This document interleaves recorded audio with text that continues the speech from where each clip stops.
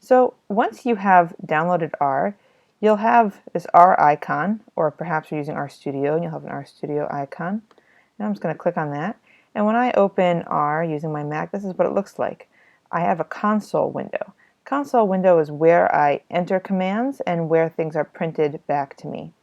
So here, there's a whole bunch of copyright information. Of course, it's open source, so it's only sort of copyright information all along the top. And then I see this arrow right here with a blinking cursor. At its most basic level, R is just a calculator. So if I type something in right here, R will do basic calculations for me.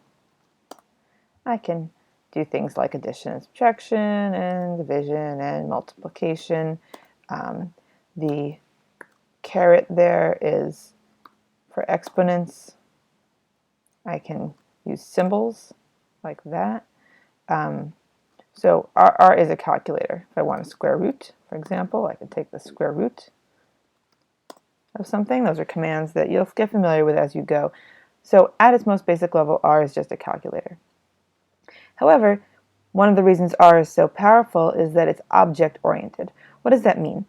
The fact that R is object-oriented means that you can assign names to different types of objects. So for example, maybe I want to use my name, Casey. I have an object called Casey1. Objects, the names of objects can have numbers and symbols in them, but they do have to start with a letter, like C for Casey. If I want to assign Casey1 to be the name of something, I type the left arrow followed by a dash. In other words, I make this little arrow sign here. If you're used to MATLAB, this is the same as using an equal sign, but in R you do want to use this back arrow dash. So for example, maybe I want Casey1 to be equal to the number 14. Okay, why would I do that?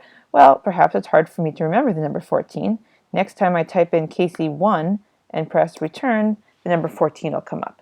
You can ignore this 1 in the brackets right here. That's just telling me that the first part of Casey1 is this number 14.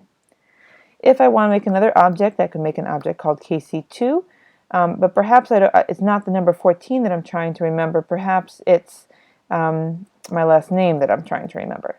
So I can put that in quotes. It's a different type of object. That's fine. Now R knows that Casey2 is equal to Patanayak. So why is this useful? Well, this is useful because you can give names not only to individual numbers or to words, but entire data sets or variables or sequences of numbers or randomly drawn sequences. And you can manipulate those objects, those sets of numbers or those individual numbers without having to type in those numbers every time. You can manipulate them using their names. Let me give you one more example to drive that point home. Suppose I make something called Casey3, and that's equal to the number 15. Okay, so Casey3, I can print it back as 15. Now if I wanted to know the sum of whatever number is stored in Casey1 and whatever number is stored in Casey3, I can do that, and it will add up the numbers 14 and 15 for me. So that's what it means when we say that R is object-oriented. At its base, R is just a calculator that is object-oriented.